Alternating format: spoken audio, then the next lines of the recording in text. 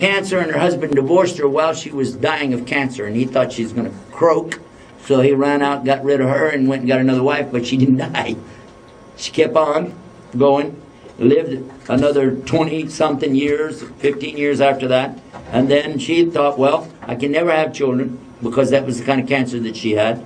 And what man would want me? And I'm a Muslim, I'm from Texas, and I don't know Arabic, and I don't know Urdu, I don't know anything. I don't know a lot about Islam, and I have no prospects. Okay? And I was a person at that stage who had just lost my wife, and I had 2 little girls, and I'm saying essentially the same thing, only I got 2 little girls, and who wants a guy that's already loaded up? Nobody. Especially, I wanted to get married to a Muslim lady. Who would want to marry an old guy? You know, that's what I was thinking. Actually, I'm going to end with this one, because I want to tell you what happened. It was a number of months that went by, and I was so upset about what had happened with my marriage, and I felt like, what if I had just done something else, or done this, maybe that. I'm never going to find anybody. And then I met some brothers, some very lovely, lovely brothers from India were visiting our country. They couldn't speak much English, but they were so sweet. They were so nice, and they were cooking some food in a little masjid, mosque. And they asked me, please stay with us, and please eat with us. And I was so hungry that night, I said, why not? I had my 2 little daughters with me, babies. I mean, they were, one is still in diapers. And I said, oh, why not? I started eating, and I felt better. I relaxed. They said, why not stay in the masjid with us overnight? I said, well, I have 2 little girls. I'm going to stay in the masjid overnight like that. They said, one brother has his little girl right here. Why don't you let them go home with him? And then they'll come back in the morning. I had never had my daughters away from me ever. But somehow Allah inspired me that it's just going to be okay, let them go. So I let them go that night. And then they told me, whatever problem you have, they could see I was distraught about something. They said, only Allah can solve it. Only Allah can help you. Only Allah can help you. So in the night, get up. In the night, get up, make wudu, and then ask Allah. Pray and ask Allah. I laid down on the masjid floor and I fell asleep. I was so sound asleep. It was the best sleep I'd had in so long. Then I woke up and I heard water boiling, or water running, or something. Some sound, I kept hearing it. It was black because it was in the masjid, it was dark. But I heard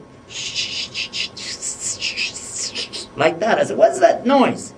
And then as my eyes adjusted, I saw men standing and bowing and prostrating and sitting on the ground. All these men are praying and asking Allah, and they're crying, and this is the sound of them crying. And I said, this is what I need to do. I made wudu, I came back in, and I prayed 2 rak'ah, and I really cried to Allah. I poured my heart out to Him. I stopped complaining to people. I just complained to Allah. Oh Allah, I need to solve this problem. I need a wife. My daughters need a mother. I don't know what I'm going to do. And I cried, and I cried, and I fell asleep on the floor, and I just relaxed. I woke up for Fajr. I felt 100% better. First time I really, really relaxed. And then my daughters came back, and we talked. You have a good time? Yeah, we met these girls, and we played. We did so-and-so. Okay. That's Sunday.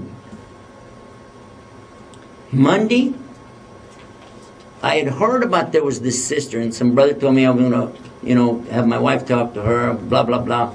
But this has been going on for weeks. And every time I see him, oh, brother, I've been so busy. I had a break on my car, and this and that, and another problem, and another problem, and so and so and so. Finally, I found out where she worked, a big department store. I said, let me go try to guess where does she work. So I went through the whole store looking. There's a lot of women in those stores, man. And I said, maybe the perfume lady? And maybe this lady over here, that lady. I couldn't guess who was the lady. Finally, I remembered they said she worked in the department where they have the greeting cards and the baggage, or the luggage, something like this. I said, okay. But there's 2 ladies working there. Which one? So African-American lady, she kind of looked like a Muslim. And another lady, and she kind of looked like a Muslim too, but I couldn't decide which one. And then I told my daughter, I said, okay, so how I'm going to do it. I'm going to stand behind this bookcase. I'm going to send my daughter. She's 5. Just go ask the lady at the cash register. The American lady just right there. Go ask her, are you the Muslim lady? And come back and tell me. That's all. Don't, Said, why? I said, because maybe, she said, are you going to marry her? I said, well, we're going to see about it. Okay. So I'm standing there with the other little girl, waiting. It seemed like years, you know, all the time. And then all of a sudden I heard, ah, like this. Oh, I don't know what happened. And then my daughter came back. She said, okay, that's the Muslim lady. And she said, come back at 7 o'clock or sometime when she gets a break. I said, really? Why? She said, she wants to talk to you. Oh, great. Boy, I couldn't think of anything else. We come back. And then she said, okay, we want to go down in somewhere like in a restaurant someplace, like fast food, just to sit and talk. We get Coke, and we sit there, we're talking. She immediately told me the status. She didn't play around nothing. She said, I'm a Muslim lady. I want to talk about if I get married, I need to be married to a Muslim man. He has to pray 5 times a day, as so-and-so. Boy, she laid it out really quick. I went, oh, okay. And yeah, she said, well, what do you expect from a woman? I said, really, all I want is somebody to take care of my kids. But a Muslim, of course, you know, but that's the big thing. You know, this is how men are. So she said, okay, we'll talk about it. That's it. She walked off, and there I am. I'm thinking, wow, is there any chance for me with this lady, you know?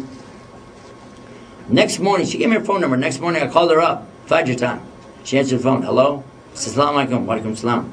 I said, oh, it's Fajr time. She said, I have a clock. Thank you. Know how to tell time. Okay. Been praying 20 years. Know all about it. I said, oh, sorry. Oop. Then I called her up again. This is Thanksgiving week, by the way. I called her up again the next day, Tuesday. I said, oh, by the way, I thought I would tell you I got to go down to Houston, Texas on a business deal. And make dua for me. I hope it's going to be a good business deal when I come back. You know, if you don't mind, I'd like to call you and make an appointment to talk to you again. She said, okay. Bye-bye. Assalamu alaikum. Okay. Deal worked out really good. One of the few deals I pulled off that whole year that actually was one of those business deals that really worked. I was so happy I come back. Had money in my hand. Called her up Thanksgiving Day, and I said, what are you going to do on Thanksgiving? She said, well, I don't want to go to my folks' house because I know what they're going to do. They're going to have the turkey, they're going to drink some alcohol, or they're going to do so-and-so, and people are going to be smoking cigarettes and all these things, which I don't like. She said, I'm looking for any excuse to go anywhere. I said, would you come to my father's house and be with us over there? And there's something that I thought maybe you'd like to see, this video, which is very interesting. It's called The Message. She said, I've always wanted to see that. Let's do that. She came over. While she was there, I couldn't find it. I found the wrong movie thing and put in there some debate or something. And she just stared at me like, sure. Then my father was, at that stage, not a Muslim yet. But he was very close to Islam. And my father has a great sense of humor. He's watching me try to talk to this lady, and he's laughing at me. Oh yeah, this will tell you the true story. And then what happened, I messed up the tape and the thing, and now she's sitting there looking at me like, my daughter comes running in, the same little daughter, and she said, Dad, are you going to marry her? Then she goes over to the lady and she says to her, are you going to marry my dad? She smiled, she looked at her and she said, well, he hasn't asked me yet. She comes over to me, Daddy, ask her. I glance over at my dad and he's cracking up. He's having a ball with this. This is funny, you know. He's like, look at you, man, you're in it. I said, okay, well, okay. She said, what do you mean, okay? I said, you know, do you want to? Do you want to what? You know, get married. She said, that's a proposal? I said, well, you know. She said, no, I don't know anything. I said, if you want to say something, say it right. I said, well, would you like to get married? She said, I think you can do better than that. And my dad fell over. He's dying laughing. That's funny. And I'm looking for support. I'm getting nothing from him. She said, I would really like it if you'd say it like what I always dreamed about a man should say to a woman, like a real proposal. Won't you put your knee on the ground and ask me? I said, I'm not sure that's in Islam. She said, well, it's good for me. Let me hear you. I said, okay.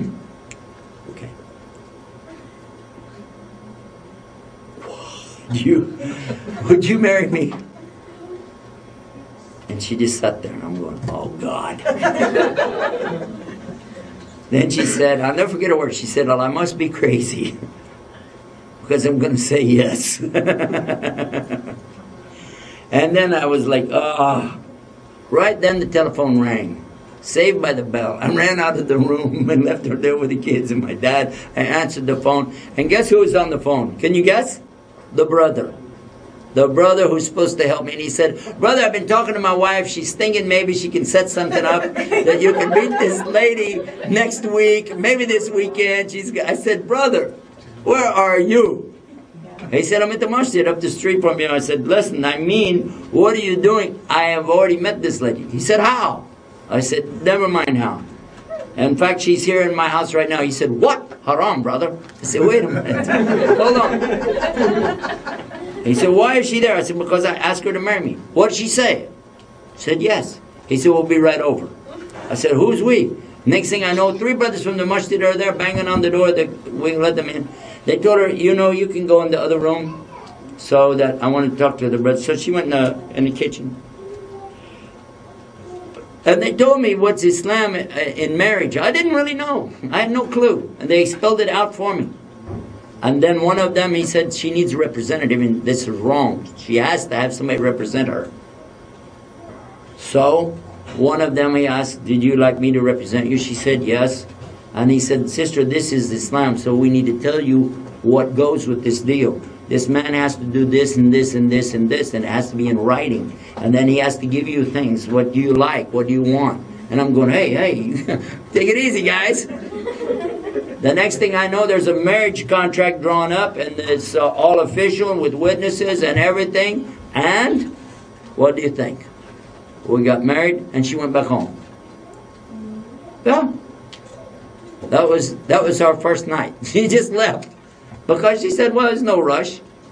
And actually it was several days before we actually got the chance to be even in the same house together. And alhamdulillah, we've been together ever since. I'm going to tell you something. She's a better mother to those children than their real mother was. Really. And they call her mom. They love her so much. And now this lady is the one who helps me. And I wouldn't be sitting here now talking to you about this subject if it weren't for her taking care of all the booking and doing all the work. And these brothers know that. How many times you made the phone calls, talked to her? So how many times she took care of everything? And my daughter's raised the same way. Now my daughter, she's 20 years old. And she's also been very, very instrumental in helping with so much of the work. And by the way, she's married now to a Muslim. And the other one is working the same way. And they make cookies and bread and sell it in the street in front of the masjid every week to help support this cause. And so I'm telling you again, I can't be a woman because I could never handle the pressure. I could never do what you ladies do. I'm so proud of you ladies, my Muslim sisters, our mothers, our sisters, our daughters. I love all of you for the sake of Allah so much. And I'm very proud of you. And I just only have one request. Please forgive us and make dua for us, because we really need your dua so much. Jazakumullah khair.